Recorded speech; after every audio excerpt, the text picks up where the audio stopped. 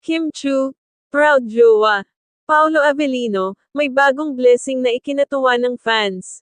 Usap-usapan ngayon sa showbiz world ang pagiging super supportive ni Kim Chu sa rumored boyfriend na si Paolo Avellino matapos itong makatanggap ng isang bagong proyekto na maituturing na malaking blessing sa kanyang karera.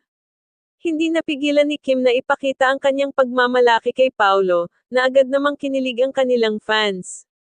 Ayon sa mga ulat, si Paolo ay napili bilang lead actor sa isang bagong pelikula na may international scope. Ang proyekto raw ay malapit sa puso ni Paolo, dahil ipinapakita nito ang kultura at talento ng mga Pilipino sa global stage. Sa isang interview, ibinahagi ni Paolo ang kanyang excitement sa bagong opportunity. Grateful ako sa pagkakataong ito. Hindi lang para sa akin ito kundi para sa lahat ng Pilipinong artist na gustong ipakita ang galing natin sa ibang bansa. Hindi rin naitago ni Kim ang kanyang suporta kay Paolo. Sa kanyang Instagram stories, nag-post si Kim ng isang sweet congratulatory message para kay Paolo.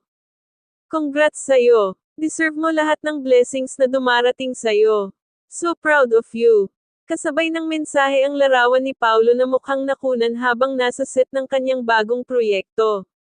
Agad na naging viral ang post na ito at nagpakilig sa kanilang fans.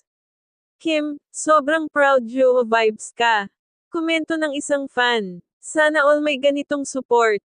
Habang nananatiling tahimik ang dalawa tungkol sa estado ng kanilang relasyon, ang kanilang actions at sweetness online ay tila nagbibigay ng clue sa kanilang mga fans. Maraming netizens ang umaasang hindi lang ito isang love team, kundi isang real-life romance na maituturing na #couple goals.